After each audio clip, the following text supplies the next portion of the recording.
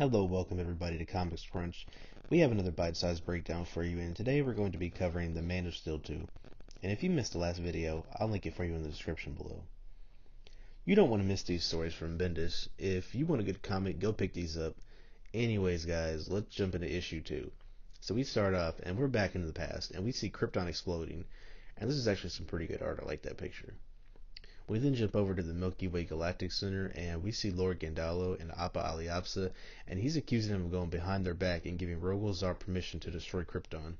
But we know he didn't. Stuff like that just happens, Appa says. When does it happen, Appa Aliapsa? I rule over 42 star systems, and it's never happened once. Where was the Green Lantern for that sector? You were in charge of the Green Lanterns, so where was he at? Rogol Zaar comes to us with the idea to destroy Krypton, and you go visit him, and suddenly Krypton's no more. Appa Aliapsa is done with accusations. If what you say is actually true, Lord Gandallo, and Rogol, the legendary creature of war, has took it upon himself to go behind our backs and betray the Galactic Circle he has sworn to protect to rid the world of an entire species, what do you think he'll do to you and your 42 star systems if you keep this inquiry going? If your theory is right, we should hope he sacrificed himself in the heart of the explosion. I understand your frustration, but you and I are guilty of the same thing, and that's not seeing this coming. Lord Gandallo then teleports away, and Appa Aliapsa transmits himself to Rogol Zaar's planet, calling out to him, searching for him to see if he's still alive. No answer. May you have died with your final sin, and all your ugly secrets disappear with you. We jump back to present day, and we're at the Daily Planet, and everyone's trying to figure out what happened to Lois Lane. Go ask Clark. Nobody can find Clark. Today, either everyone's getting real suspicious. We see Superman flying through the sky as he's fighting a giant metal robot. Ka-tang! As Clark punches the giant metal robot. Someone is wondering why Superman is all the way out here in Coast City, and the reason was he just got finished with a giant Alaskan tsunami. Wow. And happened to be flying by on his way back. I guess that's reasonable. It's very unfortunate because we find out the Toyman has been laying low, waiting for this opportunity, and Superman just happens to be flying, but he's super pissed, and he's trying everything to stop Superman. But nothing works. A mysterious voice says, I called you last week to have dinner. I guess I should have made a giant robot attack something if I wanted your attention. And Superman looks up to see Green Lantern, and the Toyman goes off saying, all kinds of nonsense. Soundproof bubble house says? Oh, would you? Superman replies. Green Lantern asks him what's been going on with you lately. You missed the Justice League meeting Tuesday. Superman says everything's okay, and Hal starts to say something. Superman flies off and says, we'll talk soon. Promise. We flash back to Lois, Clark, and John in the kitchen from issue 1, and we find out the bright light was some giant creature.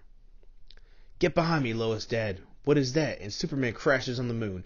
Not sure what happens there, guys. Literally, we just see like flying, and they're just on the moon. He just crashes into the moon. We then jump scenes, and we end up in Taffy's West, which looks like a bar and is located on the far end of the Vegas system. We see a shadowy figure who seems to know the bartender. Long time no see, my large friend. What is that? Oh, I made it on the account of Superman. Superman was here. I'm assuming that's how they say Superman, I'm guessing. The shadowy figure replies, Superman? Yes, he's the last son of Krypton, escaped as a baby. I think the symbol means hope or something. We flash back to Superman flying and thinking about how he blew off Hal, and that people wouldn't be putting up with him as much if he was just Clark and wasn't Superman.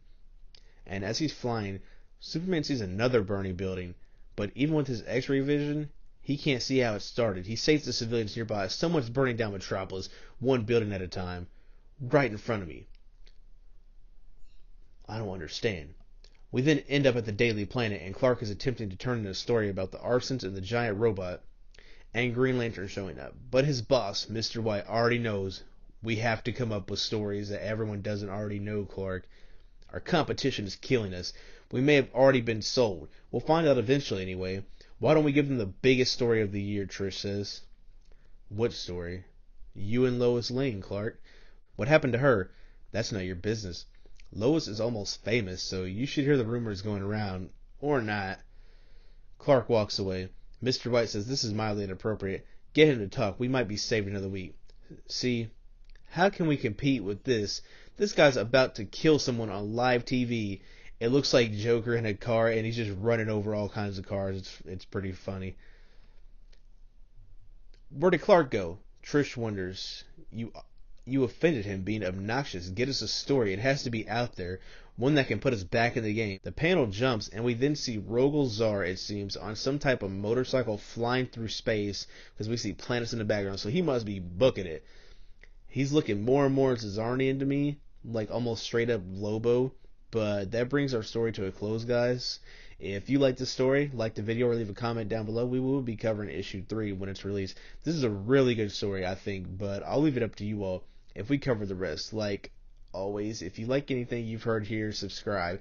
I'm your host, Zach, and we'll see you on the next bite-sized breakdown.